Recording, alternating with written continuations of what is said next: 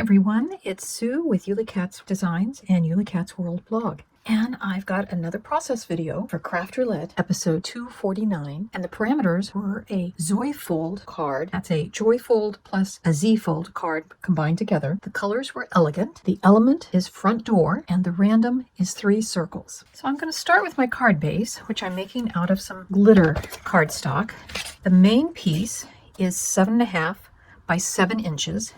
And I've scored it at 5 inches and at 6 1/4, so that will be my Z-fold.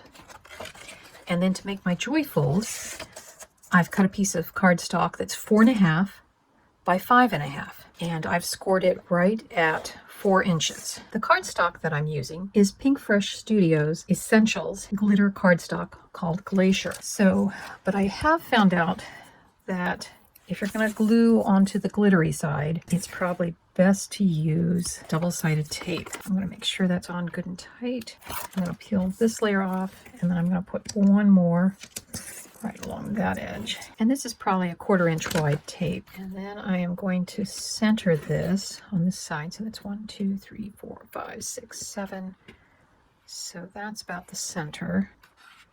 If I put that all the way up, then we have our card base. And I'm kind of doing my Zoyfold a little bit backwards, but I'm actually going to have it set up like this.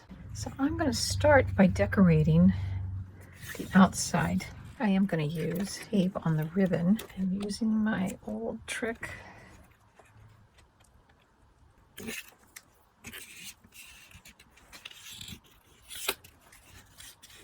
For the sentiment, I'm using Your Sweet. It's a Karen Berniston die, and I have cut it out of red, and I have taken a Nouveau glitter gloss brush and just brushed it with some sparkle. But I decided I also needed a shadow to go behind it, since it's going to be red over that red ribbon. Now, it doesn't come with a shadow die, so one of the things that I do is I take the actual die, I set it on a piece of paper, I take a pencil and I trace around it, around the outside edge of the die, and that gives me a little bit of a shadow that will be close to what it would look like. So that's all I've done, and I've also brushed it with the glitter gloss as well. So I'm going to glue that together, and we'll glue that on the front of the card. For our inside sentiment, I'm going to use the Karen Berniston Happy Birthday, which I cut from this sort of a matte sheen kind of pounded metal type.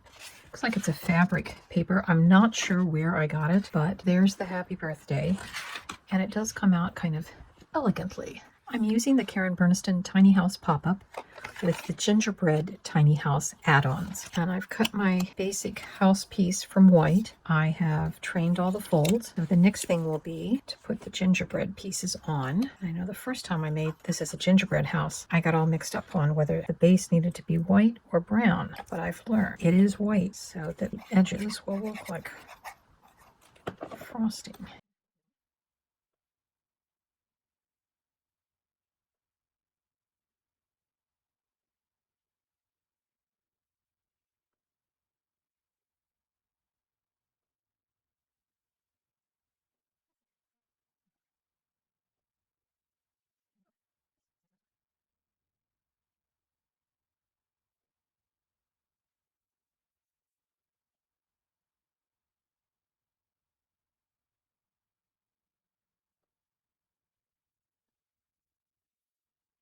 I'm just using some Nouveau Jewel Drops, which kind of dry transparently. So these will kind of be a little pale, almost pinkish.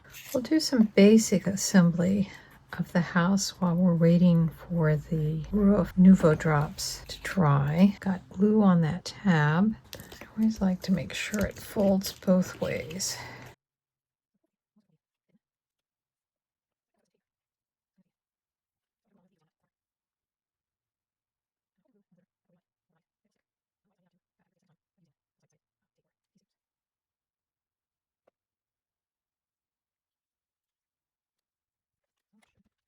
And while that's drying, I'm going to put the roof ridge in, and this is from the tiny house set. I like to fold in pieces, different angles, and as this folds flat, you're just lining them up, the edges. Done it right, you can fold it back the other way, and it should go flat. And then once the roof's ready, we can glue it on. I like to use some freezer paper or wax paper for when I use Nuvo drops, because when you do a lot of it, or in this case, I think these are, this is Pops of Color from scrapbook.com, and it's kind of a glitter paste I put on. Those are going to be the base of our pop trees. And I've just taken Nuvo drops. The pinkish red is strawberry cola. They're all kind of a transparent, shiny gel.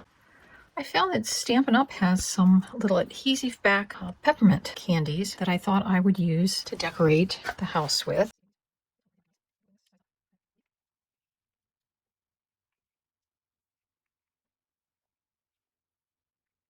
So we've got our front door, and I should probably be about some type of door. Now I've got these little, I mean, they're almost like little miniature gumballs, and we'll try a drop of glue or a doorknob.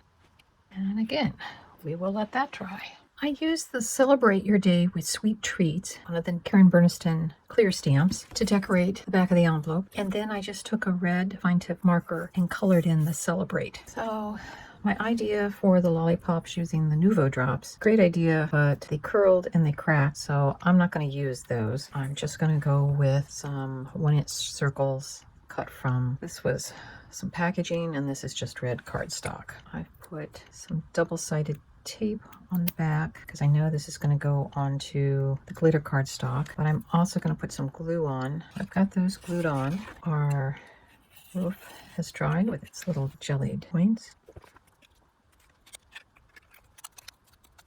So the glitter paper is making it difficult to get a good secure gluing of this. So I'm actually using hot glue, which normally I wouldn't use on a pop-up. I'm gonna see if that will hold it any better.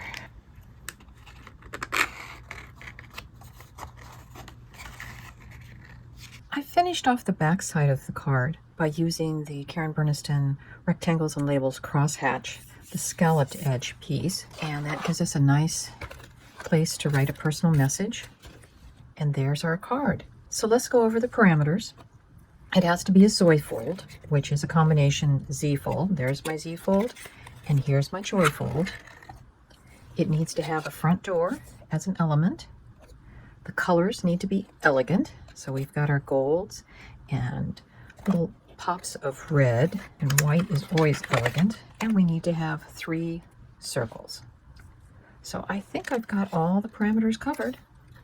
I hope you find this card inspiring, and I hope you learned a few things.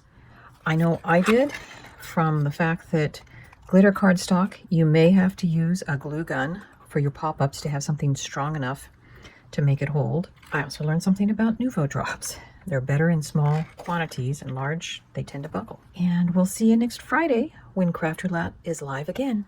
Bye-bye.